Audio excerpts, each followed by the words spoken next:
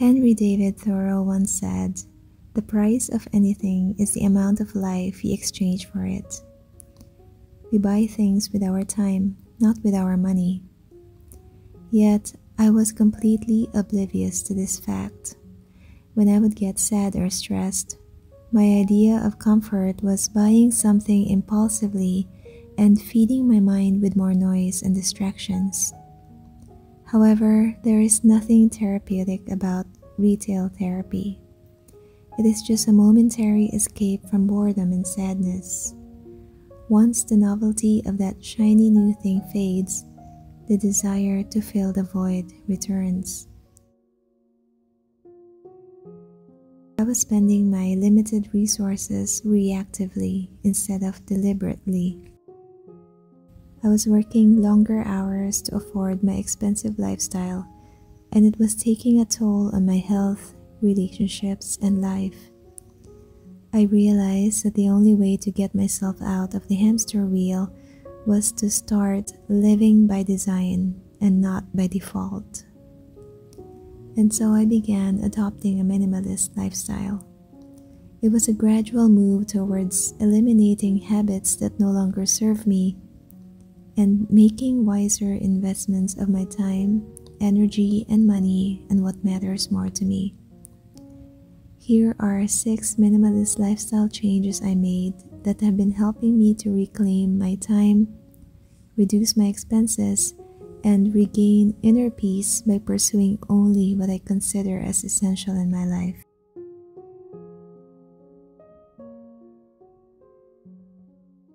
In this world of mass media, it takes a lot of discipline to say no to persuasive advertisements bombarding us in every possible way.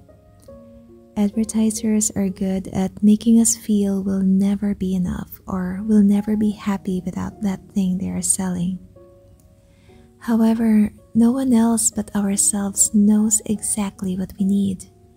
We just have to realize that. Although rent is cheap here in Thailand, we prefer to stay in a small house. The cost of living here is low, but we choose to live simply. I believe that my choices today impact my future, so I would rather live sustainably than worry each day if I could still afford an expensive lifestyle 10, 30, 40 years from now. I am content with what we have, and I won't change anything about it. Everything I bring into my physical space is utilized according to the purpose it serves. It doesn't occupy my space for no reason, but it complements my lifestyle.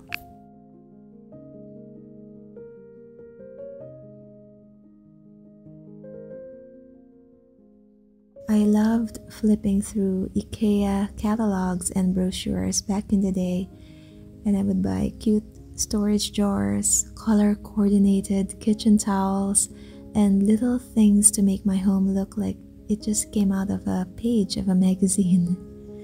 But I realized I did not have to make unnecessary expenses just to achieve the aesthetics of a quote-unquote minimalist home that we see on the internet. I am no longer interested in mainstream recommendations or home decor trends, but I find meaning in sustainability and practicality. In our home, we don't have an excess of anything. We have just enough utensils, appliances, and furniture that serve their purpose on a daily basis. I only buy what I need when I need it. For example, my old glass jars are perfectly fine as storage for my flowers and beans. I also reuse old quinoa zipper bags from several months ago for storing frozen fruits for our smoothie. Instead of throwing these things away and buying something new, we reuse these to eliminate unnecessary expenses and waste. Our home may not look like it came out of an IKEA brochure, but it has everything we need. What matters more to me is a minimalist lifestyle and not aesthetic minimalism.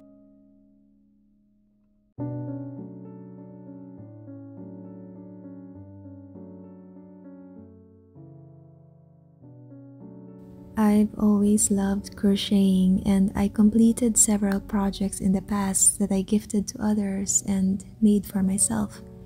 But there was a point when I was hoarding lots of yarn, more than I needed. Many of them I bought out of impulse because they looked pretty, or they were on sale, or because of a spontaneous purchasing decision. I still love to crochet, but I only do it when I really have a purpose for that project. This eliminated my unnecessary and expensive yarn hauls and reduced clutter in my space. Now, my storage space holds things that I use and not clutter to hide. I also look for other ways to create art without having to buy or keep a lot of stuff. I've been fond of flower pressing, which is a relaxing activity that does not cost much. I enjoy going outdoors to find beautiful flowers and leaves to press inside my notebook. Then I frame these preserved blooms or put them on my handmade cards. Nature provides opportunities for creating art without spending much or anything at all.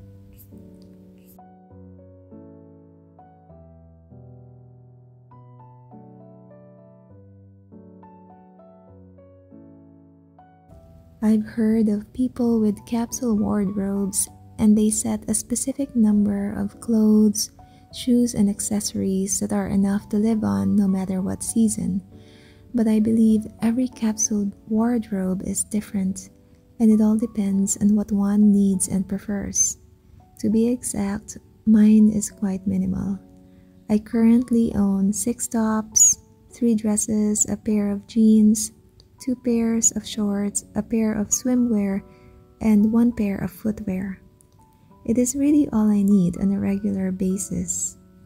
If I need dressy shoes or a gown for a one-time event, I can always rent these from shops or from a friend.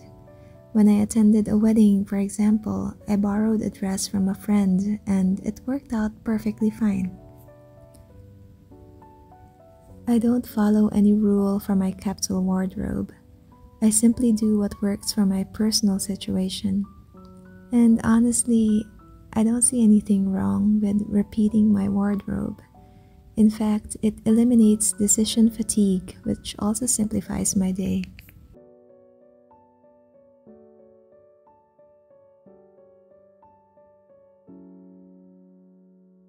I love to read, but I no longer keep physical books like I used to. Instead, they are all in digital format and they are housed in my digital library, which is much more portable. This eliminates the need for a shelf or a large bookcase at home, and I can easily bring all my books with me when I travel. Digital books are also cheaper than physical books, but even if they don't cost a lot, I do my best to be deliberate with my book purchases. I only buy the ones that I'm sure I would read and deserve a space in my library. The same with photos. I had so many physical photographs back in the day, and I didn't know what to do with them or where to keep them. These photos were also delicate, and I have lost so many photos because of water damage. I still keep photos from long ago, but they are now in digital format that I store in my device. It is amazing how I can store hundreds of photos without needing a huge box to house them all. I can also take them anywhere I go and access them whenever I want to because they are in digital format.